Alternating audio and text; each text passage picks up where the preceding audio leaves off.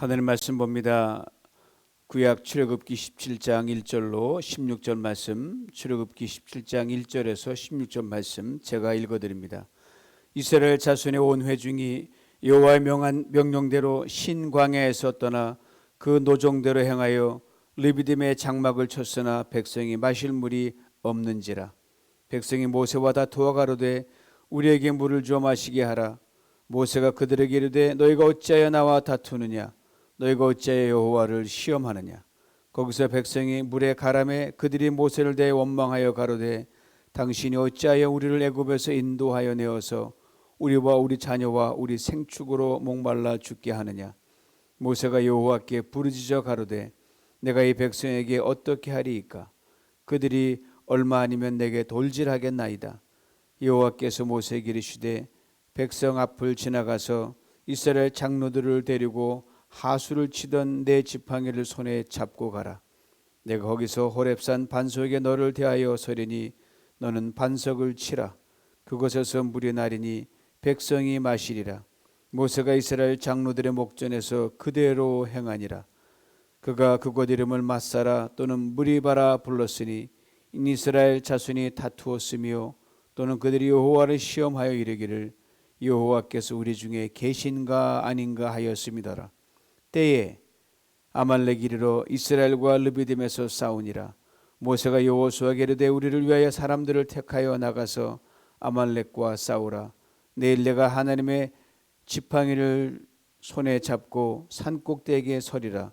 여호수아가 모세의 말대로 행하여 아말렉과 싸우고 모세와 아론과 훌은 산꼭대기에 올라가서 모세가 손을 들면 이스라엘이 이기고 손을 내리면 아말렉이 이기더니 모세의 팔이 피곤하매 그들이 돌을 가져다가 모세의 아래에 놓아 그로 그 위에 앉게 하고 아론과 훌이 하나는 이 편에서 하나는 저 편에서 모세의 손을 붙들어 올렸더니 그 손이 해가 지도록 내려오지 아니한지라. 여호수아 칼날로 아말렉과 그 백성을 쳐서 파하니라. 여호와께서 모세에게 이르시되 이것을 책에 기록하여 기념하게 하고 여호수아의 귀에 외어 들리라. 내가 아말렉을 도말하여 천하에서 기억함이 없게 하리라. 모세가 단을 쌓고 그 이름을 여호와 니시라 하고 가로되 여호와께서 맹세하시기를 여호와가 아말렉으로 더불어 대대로 싸우리라 하셨다 하였더라. 아멘. 방금 읽은 오늘 본문은 두 개의 사건이 등장하는 출애굽기입니다. 두 개의 사건, 별개의 사건이 아니라 마켓에 가면 물건을 살 때 이런 표시가 되어 있잖아요. Two in one, 둘이 하나가 된 그 번들로 된 게 있습니다. 오늘 본문이 바로 그런 말씀을 연상케 해줍니다.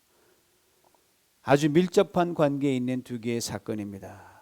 두 가지 이유가 그렇습니다. 먼저는 이 두 개의 사건이 똑같은 장소에서 일어났다는 사실이고요. 첫 번째 사건의 시작인 1절과 8절에 등장하는 르비딤이 바로 그 장소입니다. 다음은 1절과 7절에 기록되어 있는 첫 번째 사건이 원인이 돼서 그 다음 두 번째 사건인 8절과 16절의 사건으로 이어진다는 사실입니다. 오늘 본 8절의 시작을 알리는 단어가 그 증거입니다. 8절 말씀 보니까 때에 아말렉이 이르러 이스라엘과 르비딤에서 싸우니라. 때라고 했습니다. 이 말을 풀면 이렇게 됩니다. 첫 번째 사건이 다 마무리되고 이스라엘 백성들이 다시 광야길로 걸어가려고 차비를 하려고 할 그때에 이 말입니다. 르비딤이란 장소, 오늘 본 말씀을 읽고 또 읽어도 참으로 아쉬움이 많이 남는 장소입니다. 왜냐하면 이 르비딤을 떠나서 조금만 가면 모세가 십계명을 받은 그 시내산에서 오랫동안 머무르는 광야의 새로운 정착지에 닿을 수 있는데 여기서 이런 사건이 터진 겁니다. 아주 가슴 아프게 한, 특별히 하나님의 마음을 아프게 했던 사건이 터진 겁니다. 이에도 오늘 본문 7절 이렇게 증거합니다. 현대인의 성경을 읽어드립니다. 모세는 그곳 이름을 마사 또는 무리바라고 불렀다. 이것은 이스라엘 백성이 여호와와 다투고 시험하여 여호와께서 우리 가운데 계시느냐 계시지 않느냐라고 떠들어댔기 때문이다. 모세가 르비딤이란 장소를 마사 또는 무리바라는 별칭을 붙여줬습니다. 마사는 시험하다는 의미입니다. 즉 이스라엘 백성들이 하나님을 시험했다는 말입니다. 무리바는 다투고 싸운다는 말인데 그렇게 백발이 성성한 나이에 오로지 백성들을 사랑하는 마음으로 바로와의 수많은 그런 신경전과 많은 그런 갈등 가운데서 백성 이끌어냈던 그 모세를 싸운 거예요. 심지어 오늘 보면 돌로 쳐서 죽이려고까지 했던 그런 사람들이었습니다. 그런데 이스라엘 백성들이요, 하나님 시험한 정도가 좀 심합니다. 당시 이스라엘 백성들의 말을 들어보세요. 도대체 하나님께서 우리 가운데 계신 거야, 안 계신 거야? 이렇게 말을 했어요. 하나님과 이스라엘 백성들로부터 이런 소리를 들을 정도로 저들은 정말 멀리 떨어지거나 좀 계시지 않을 만큼으로 느껴질 정도로 그렇게 존재 가치가 없는 존재로 계셨던 겁니까? 결코 그렇지 않다고 성경은 분명하게 증거해 줍니다. 출애굽기 13장 21절 22절 말씀을 봅니다. 여호와께서 그들 앞에 행하사 낮에는 구름 기둥으로 그들의 길을 인도하시고 밤에는 불 기둥으로 그들에게 비추사 주야로 진행하게 하시니 낮에는 구름 기둥 밤에는 불 기둥이 백성 앞에서 떠나지 아니하니라. 그냥 하늘에 정처 없이 그냥 둥치 떠다니는 그런 아무런 구름이 아니란 말이에요. 구름을 모으셨어요. 모으신 구름이 기둥이 되어 이스라엘 백성 앞에서 잠깐 지나가게 만드셨어요. 그냥 밤하늘에 휘영청 떠있는 달빛이나 광야의 붉은 노을이 아니라 광야의 뜨거운 열기를 시뻘겋게 보일 정도의 기둥이 되어 햇빛처럼 내리쬐게 하시면서 밤을 밝혔던 그 불기둥입니다. 오늘날 우리가 아무리 설명해도 어떤 건지 아무도 모르지만 그 정도로 구체적으로 기이하게 하나님이 함께하는 걸 보여줬어요. 그것도 하루가 아닌 이스라엘 백성이 광야 40년 내내 헤매든 가든 간에 그들과 함께 하시며 정확하게 매일매일 그렇게 인도하셨습니다. 그런데 하나님이 우리 가운데 계시는 거야, 아닌 거야? 이런 원망과 불평을 털어놨습니다. 문제는 저들의 원망과 불평의 시작점입니다. 이에 대해 오늘 본문 1절에 이렇게 말해줍니다. 이스라엘 자손의 온 회중이 여호와의 명령대로 신광야에서 떠나 그 노정대로 행하며 르비딤의 장막을 쳤으나 백성이 마실 물이 없는지라. 이것만 딱 보면 광야를 애굽에서 끌어내고 쭉 가시면서 물 한 모금 못 마실 정도로 그래 고생 시켰다고 오해할 수가 있어요. 이것만 보면. 그러나 이 르비딤에 오기 전에 머물렀던 곳이 신광야거든요. 더 힘든 광야인데 거기서 어떤 일이 있었습니까? 아침에는 만나를 물붓듯 부어주셨어요. 저녁에는 메추라기를 바람 불어 쫙 진에 쌓이게 만들어 주셨습니다. 얼마나 쌓여서 했냐면 민수기에 보면 그냥 코에 신물이 날 정도로 그렇게 갖다 부어주셨다고 되어 있습니다. 그것에 머무는 동안 정확하게 매일매일 한 끼 한 끼 양식 하루 3끼를 먹여주셨습니다. 그것도 잘 먹고 잘 지내고 이제 시내산으로 가는 여정을 위해 오던 길에 잠시 머문 곳이 르비딤이에요. 1절 말씀에 우리가 눈여겨보아야 할 구절을 다시 한번 읽어드립니다. 온 회중이 여호와의 명령대로 신광야에서 떠나 그 노정대로 행하여 르비딤의 장막을 쳤다. 당시 이스라엘 백성들의 광야 행진의 3단계를 아주 압축해서 보여줍니다. 첫째는 떠납니다. 즉 시작입니다. 둘째는 그 노정대로 행하여입니다. 즉 과정입니다. 셋째는 쳤다입니다. 즉 도착입니다. 이스라엘 백성들이 광야 여러 곳을 거치면서 떠나고 가고 도착했는데 그 모든 여정이 이 세 단계로 되어 있습니다. 떠나고 광야를 걷고 또 도착하고 계속 되어버린 거예요. 이 세 단계 하나님은 정확하게 한 치 오차도 없이 그들이 인도하셨습니다. 단 이 모든 단계에서 육신을 입고 있으니까 광야란 것이 그냥 놀면서 가는 곳이 아니잖아요. 시련이 있고 도전을 피할 수가 없는 곳입니다. 구름기둥과 불기둥 자체가 이것을 분명하게 말해주고, 구름기둥 비교하니까 신선노름 하는데 천만의 말씀입니다. 생고생한다는 뜻이에요. 먼저는 구름기둥이 뭡니까? 광야의 낮이 태양이 장렬을 한다는 것을 말해줍니다. 이래는 목이 탈 수밖에 없고요, 힘이 들 수밖에 없다는 말입니다. 그러나 하나님 친히 목을 축일 물을 주실 것이고 지쳐 쓰러지지 않도록 시원한 그늘을 만들어 주신다는 약속이 구름기둥입니다. 고생합니다. 그러나 구름기둥이 있습니다. 다만 불기둥이란 광야의 밤은 기온이 영하로 뚝 떨어질 정도로 춥습니다. 바람이 매섭습니다. 이걸 말해줍니다. 이런에 찬바람 온몸으로 맞으며 광야길을 가야 됩니다. 힘들게 걸어볼 수밖에 없다는 겁니다. 그러나 하나님이 친히 따뜻한 온기를 하늘에 내리 쬐어주셔서 광야에서 추위로 인해 저체온증에 걸리지 않게 하시고 밝은 대낮처럼 길을 잃지 않도록 돌부력으로 넘어지지 않게 하시고 위험한 낭떠러지나 계곡을 안 보이면 그걸로 빠지니까 떨어지지 않도록 환한 빛으로 인도하여 주신다는 약속이 불기둥입니다. 르비딤까지 오면서 많은 곳을 지나왔습니다. 한 곳을 떠나서 광야를 행진합니다. 그리고 또 다른 곳에 도착을 합니다. 떠납니다. 행진합니다. 도착합니다. 이 전 여정을 하나님께서 한 치 오차도 없이 구름기둥으로 불기둥으로 함께 하셨습니다. 출애굽기 이걸 놓치면 안 됩니다. 그런데 하나님 우리 가운데 계시는 거야?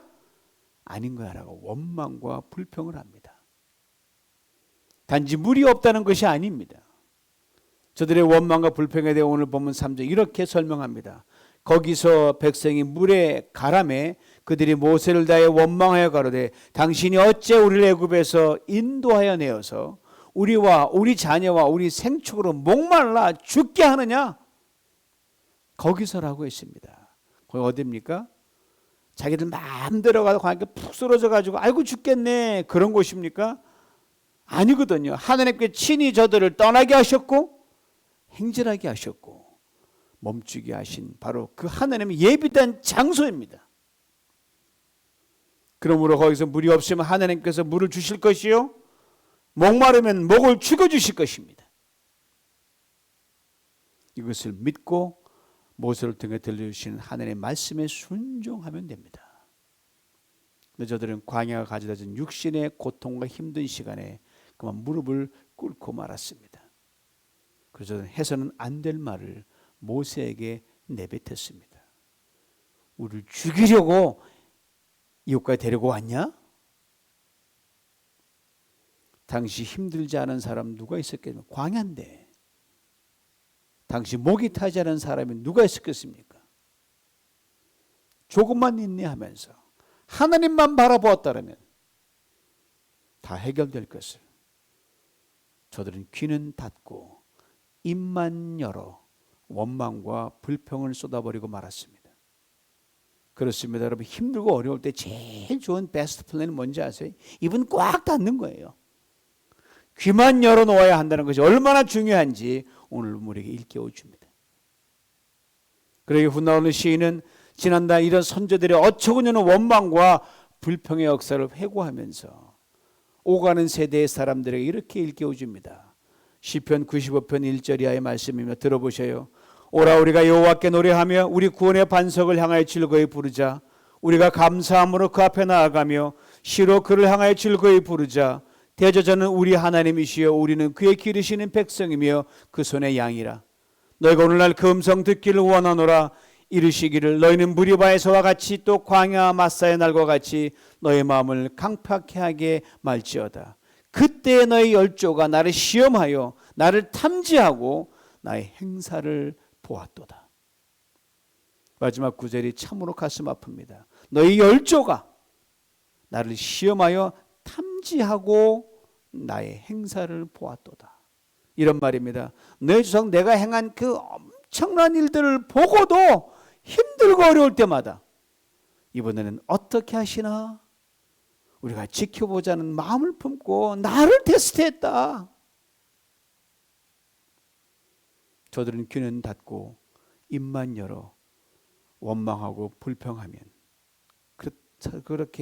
그렇게 광야를 갖고 물이 이 르비딤에 왔다는 말입니다. 좀 완곡부로 표현하면 생떼를 쓰면 되는 줄 알았어요. 이런 조상들의 흑 역사를 보면서 신 우리에게 이렇게 호소합니다. 너희가 오늘날 그 음성을 듣기를 원하노라. 갈증 앞에서 저들은 하느님의 음성보다 자신들의 육신의 고통에만 귀를 기울였습니다. 물이 없는 현실 앞에서 저들 하느님의 음성보다 자신들의 육신의 필요에만 귀를 기울였습니다. 그렇습니다. 광야 같은 인생을 살면서 우리는 광야가 우리에게 던지는 크고 작은 어려움과 고통, 그리고 절박한 필요를 실시간으로 느끼고 노출됩니다. 그게 광야입니다. 그게 인생입니다. 그거 피할 수가 없어요. 힘듭니다. 목이 탑니다. 그래서 때로는 죽을 지경입니다. 그러나 광야길 어느 곳이든 그곳이 하나님 우리를 인도하신 곳임을 늘 잊지 말아야 합니다. 그리고 바로 그곳에서 우리의 입은 닫고 귀를 열어 그곳에서 하나님 내게 들으신 음성을 들을 수 있어야 합니다. 그러면 그곳은 결코 광야가 아닙니다. 하나님이 절매구를 먹이시고 입히시고 목을 축여주시고 모든 필요를 채워주시는 충전소일 뿐입니다. 이것을 잊지 말아야 합니다. 길 가다가 여러분 가스 떨어진다고 아이고 나 죽었네 하는 사람 없잖아요. 똑같은 거예요. 좀 가면 주유소에 있잖아요. 하나님을 시험했던 이스라엘 백성에게 하나님께서 어떻게 하셨습니까? 하나님께서 또 은혜를 베풀어 주셨습니다. 참 속도 없으신 하나님이셔요. 하나님께서 모세에게 말씀하십니다. 오늘 보면 5절과 6절입니다. 현대인의 성경 읽어드립니다. 너는 백성들 앞으로 가거라. 내가 갈 때는 이스라엘 장로들을 데리고 날강을 치던 내 지팡이를 손에 들고 가거라. 내가 시내산 바위 위에서 내 앞에 서겠다. 너는 그 지팡이로 바위를 쳐라. 그러면 바위에서 물이 나와 백성이 마실 수 있을 것이다. 저 말씀에 왜 백성들 앞을 지나고 장로들 데려가라 그랬을까? 두 가지가 좀 궁금해. 하나는 이 불평의 원망의 우두머리들이 장로들이 아니었을까? 리더가 리더 역할을 못하고 그 다음에 똑바로 봐 증인으로 삼기 그런 것 같아요. 다음부터는 받지라고 하려고 하신 것 같아요. 아무튼 이런 하나님이 해결책을 주셨어요. 이 말씀 그대로 모세는 지팡이를 들고 이스라엘 장로들을 데리고 백성들을 지나가서 하나님이 지시하시는 바위로 갑니다. 지팡이로 바위를 칩니다. 오늘 본문에서 물이 나오는 장면은 등장하지 않습니다. 다만 모세가 이스라엘 백성들이 하나님을 시험하면서 내뱉은 원망과 불평의 말로 첫 번째 사건이 끝을 맺습니다.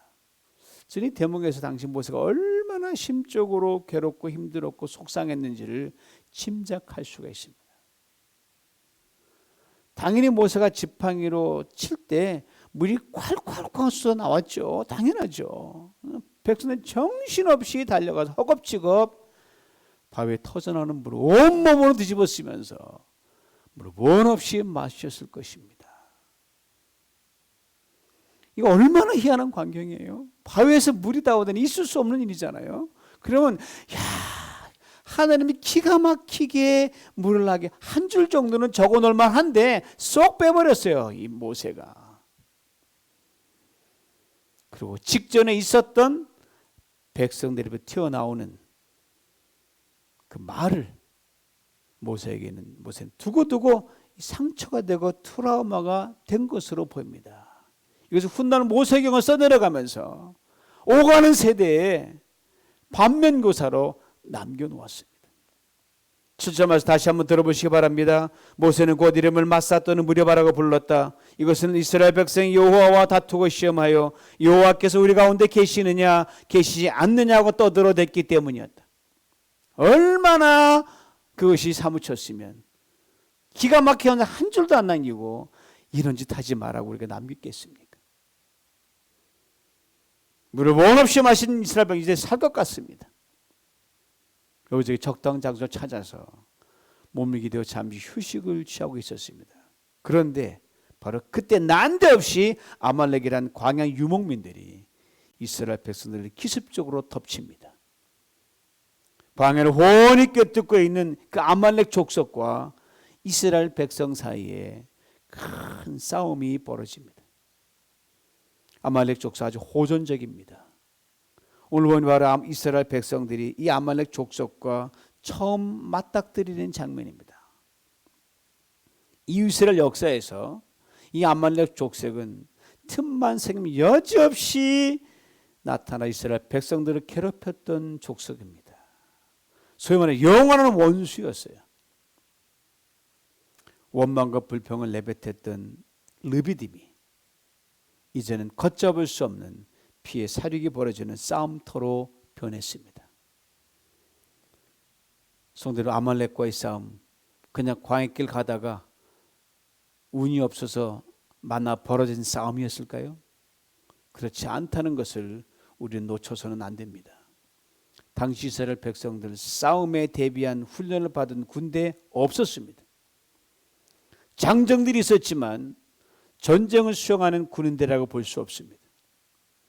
애굽에서 400여 년 종살이 하다가 하나님의 능력으로 기적같이 도망치듯 빠져나온 평범한 백성들에 불과했거든요.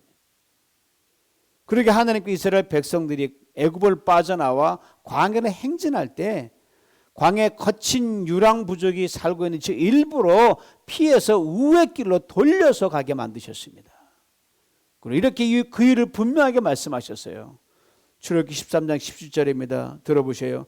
바로가 백성들을 보냈을 때 하나님은 블레셋 사람의 땅을 거쳐가는 것이 가까운데도 지름길인데도 그 길로 인도하지 않으셨다. 이것은 그들이 전쟁을 보면 마음이 변해 이집트로 되돌아갈 것이라고 생각하셨기 때문입니다. 보세요. 겁 많은 이스라엘 백성들이었습니다. 이런 저들을 안전한 길로 인도하신 하나님께서 아말렉 당연히 피해 우회길로 인도하실 수 있었고 그렇게 하셔야만 했습니다. 그런데 갈증을 막 죽이고 잠시 숨을 돌리려고 하는데 정신을 차리기도 전에 르비딤을 떠나기도 전에 가장 취약한 상태에서 사막에 강하고 호전적인 부족인 아말렉에 먼저 공격을 당한 겁니다. 성경은 아무런 언급이 없지만 분명 처음에 많은 희생이 있었을 것으로 짐작합니다. 요세푸스는 훗날 이걸 하나님의 전쟁에서 한 명도 안 죽었다는데 말이 좀 안 되죠. 그러기에 겁 많고 그래서 싸움하는 것만 보면 다시 애굽으로 돌아갈 생각을 할 만큼 약골인 이스라엘 백성을 아말렉이 쳐들어온 것은요 하나님이 허용한 싸움이었다는 것을 우리는 충분히 짐작할 수가 있습니다.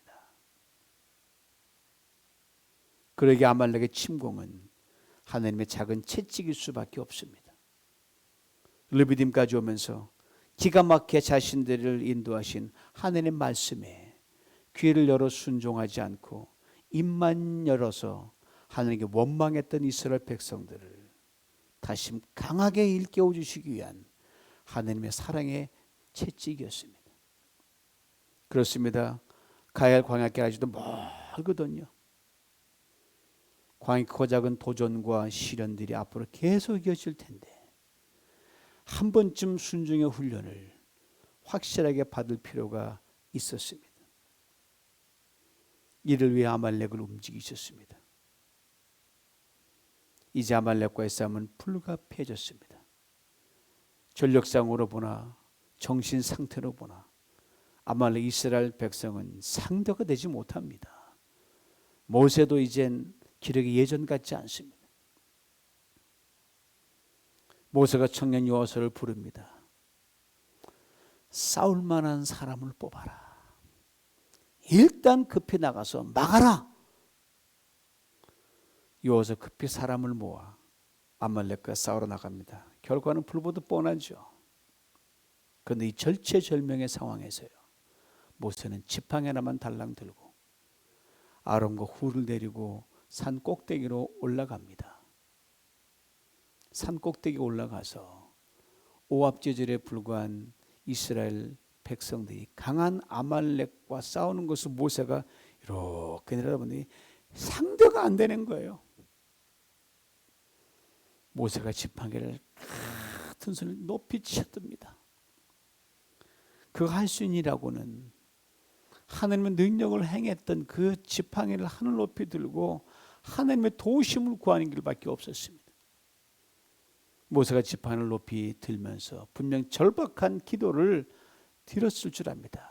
성경은 침묵하지만 모세의 기도 목숨 건 기도였을 겁니다.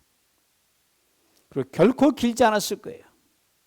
아니면 외마디 절규였을지도 모릅니다. 그런데 놀라운 일이 일어났습니다. 얘도 오늘 본문 15절에 이렇게 말해줍니다. 모세가 손을 들면 이스라엘이 이기고 손을 내리면 아말렉이 이기더니 모세 곁에 있던 아론과 훌이 이 희한한 상황을 보고 아론과 훌이 돌을 가져다 모세를 앉힙니다. 좌우에서 모세 팔을 번쩍 들어서 내려오지 않게 만듭니다. 그러자 여호수아와 그와 함께 이스라엘 백성들이 아말렉을 물리치고 승리를 거두게 됩니다. 이 귀한 광경을 온 이스라엘 백성들 봅니다. 와, 모세는 산꼭대기에서 봅니다. 이스라엘 백성들 가운데서 승리의 함성이 터져 나옵니다. 그런데 저들의 승리의 함성에 하나님께 이렇게 화답하십니다. 행간 읽으면 충분히 그 말씀하시기 짐작이 돼요. 자, 잘들 보았느냐? 이제 제발 하나님 우리 중에 계신가 아닌가란 말은 다시는 내뱉지 마라. 모세 팔이 오르락내락 하는 걸 보았듯이 내가 너희와 그처럼 가까이 있고 눈에 보이듯이 있다. 이 말씀하십니다. 이제 아말렉과의 싸움이 다 끝나고 모세가 백성들이 보는 앞에서 단을 쌓습니다. 그리고 단의 이름을 이렇게 부릅니다. 오늘 본문 15절 말씀입니다. 여호와 니시, 하느님 나의 깃발이라는 의미입니다. 깃발 즉 승리입니다. 르비딤의 승리, 하나님께서 깃발을 들고 이스라엘 백성 대신 나가서 아말렉과 싸워서 얻은 승리입니다. 가만히 보기만 했잖아요. 그렇습니다. 당시 이스라엘 백성은 싸울 만한 마땅한 무기도 없었습니다. 군대도 없었습니다. 그냥 패배하고 다시 애굽의 종살이로 되돌아갈 수밖에 없었습니다. 이런 이스라엘 백성들을 위해 하나님이 대신 싸워주셨습니다. 이에 대해 오늘 본 마지막 16절에 하나님이 친히 말씀하십니다. 여호와께서 맹세하시기를 여호와가 아말렉으로 더불어 대대로 싸우리라 하셨다 하라. 훗날 다윗이 하나님을 온전히 믿고 골리앗과 싸우러 나갈 때 이 말씀을 자신의 버전으로 받고 이렇게 선포했습니다. 여호와의 구원하심이 칼과 창에 있지 아니함을 이 무리에게 알게 하리라. 전쟁은 여호와께 속한 것인즉 그가 너희를 우리 손에 넘기시리라. 하나님이 전쟁을 좋아하신다는 말씀이 아닙니다. 자기 욕망을 채우기 위해 벌이는 폭군들의 전쟁을 말하는 것이 아닙니다. 힘없는 자가 강한 자에게 공격을 당하고 그 어떤 저항도 할 수 없고 싸울 힘이 없을 때 하나님께서 그의 편이 되셔서 싸움을 대신 싸워 평강을 주시고 불의와 폭력을 종식시킨다는 소망의 말씀입니다. 당시 이스라엘 백성들에게 이것을 분명하게 일깨워 주셨습니다. 저들 힘도 없었습니다. 겁도 많았습니다. 무기도 군대도 그 어떤 방법 리소스도 없었습니다. 아니 있다고 해도 아말렉을 당할 수가 없었습니다. 그런데 저들은 하나님 앞에서 겸손하지 못했습니다. 귀를 기울여 그의 음성을 듣지 않고 입을 열어 자신의 필요와 절박한 상황을 보면서 원망과 불평을 털어놨습니다. 이런 저들에게 하나님께서 다시 모세의 지팡이를 보게 하셨습니다. 모세처럼 하나님 아무것도 할 수 없기에 하나님은 항해 두 손을 들게 하셨습니다. 동일한 장소에서 하나님께서 은혜를 베풀어 반석에서 물을 나게 하셨습니다. 동일한 장소에서 하나님께서 승리를 안겨주셨습니다. 오늘 본문 이곳에 이렇게 설명합니다. 르비딤. 르비딤의 뜻이 뭔지 아십니까? 쉼과 안식의 장소입니다. 그 뜻을 지니고 있습니다. 애굽을 나와 시내산으로 가는 여정 속에 하나님이 절묘하게 예배해 놓으신 쉼의 장소, 안식의 장소가 르비딤입니다.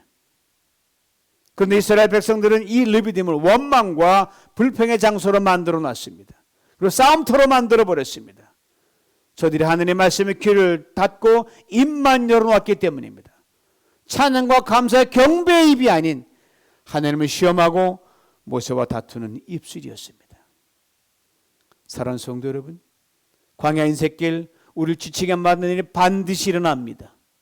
힘들게 하는 일이 일어납니다. 각각의 도전과 시련, 유혹, 장애, 한계, 목마름, 절박한 필요, 질병과 약함 등이 실시간 우리 앞에 펼쳐집니다. 그러나 바로 그 시간, 바로 그때가 하나님이 우리에게 허락한 르비딤의 장소와 르비딤의 시간임을 꼭 기억할 수 있기를 원합니다. 그리고 귀는 하나님께만 열고 입술은 닫고 하나님께서 반석에서 샘물이 나게 하시고 하나님께서 친히 모든 강한 아말렉과 같은 한계 상황을 물리치시고 승리를 안겨주심을 믿는 우리 모두가 될 수 있기를 간절히 원합니다. 6절에 모세가 지팡이로 반석을 치는 장면에 잠시 눈을 돌려보기를 원합니다. 그때 하나님께서 어떻게 반석에서 켜셨다고 하는 본문은 분명히 말합니다. 그렇다면 모세가 지팡이로 반석을 칠 때 그는 바로 하나님을 친 것과 진비 없었습니다. 원망과 불평한 이스라엘 백성들 그 지팡이를 쳐야 함에도 불구하고 하나님이 친히 맞으셨습니다. 차라리 내가 나를 때려 너에게 향한 분노를 내가 누구로 때리겠다. 이 하나님의 사랑이 이 말씀 속에 들어있습니다. 그리고 먼 훗날 하나님이신 예수 그리스도로 오셔서 온몸에 우리의 죄짐과 허물과 악을 대신 지시고 우리에게 영원한 생명수를 마시게 하셨습니다. 11절에 모세가 산꼭대기에 올라가서 손을 들고 있는 장면으로 눈을 또 돌려보시기 바랍니다. 모세가 두 손을 들고 중보기도 하는 것은 본 이스라엘 백성 힘을 얻었습니다. 용기를 얻었습니다. 하나님이 함께함을 믿었습니다. 이처럼 예수 그리스도께서 우리를 위해 십자가 위에서 두 손을 높이 들고 우리를 대신하여 죽으셨고 부활하셔서 지금 하나님 보좌 우편에서 우리를 위해 두 손을 높이 들고 다시는 내려는 그 손을 들고 기도하십니다. 이 주님만 바라보면서 우리 삶의 모든 도전과 시련, 유혹, 장애, 한계, 목마름, 절박한 필요, 질병과 약함을 능히 물리치고 매일의 삶에서 승리하는 우리 모두가 될 수 있기를 원합니다. 예수 그리스도 안에서 하나님은 언제나 우리에게 여호와 니시 하나님이기 때문입니다. 이 은혜를 오늘과 내일 평생 받아 누리시길 주님 이름으로 축원합니다. 기도합니다. 여호와 니시 승리 하나님 참으로 감사합니다. 감사해서 이 승리 얻었으면 얼마나 좋았을까요? 찬양함으로 이 승리 얻어 얼마나 좋았을까요? 한 르비딤에서 그 쉼과 안식을과 평강의 그 장소에서 원망과 불평하는 그 이스라엘 백성을 꾸짖지 아니하시고 대신 친히 몸에 받으심으로 하나님 샘물 내게 하시고 하나님 승리를 얻게 하신 하나님이 오늘 우리 하나님이심을 믿습니다. 우리는 아버지 그때 그 순간보다 더 강한 예수 그리스도, 영원한 예수 그리스도, 손을 늘 드신 예수 그리스도, 우리의 반석 주님을 바라보고 오늘 이 광야 같은 인생을 걸어갑니다. 주님 우리 입술에 찬양을 띄우게 하옵소서, 감사를 띄우게 해주시옵소서. 귀만 열어 주님 우리들 말씀을 듣는 가운데 또 행하시는 기적을 기대하며 보는 우리 모두가 되게 하여 주시옵소서. 예수님의 이름으로 기도하옵나이다. 아멘.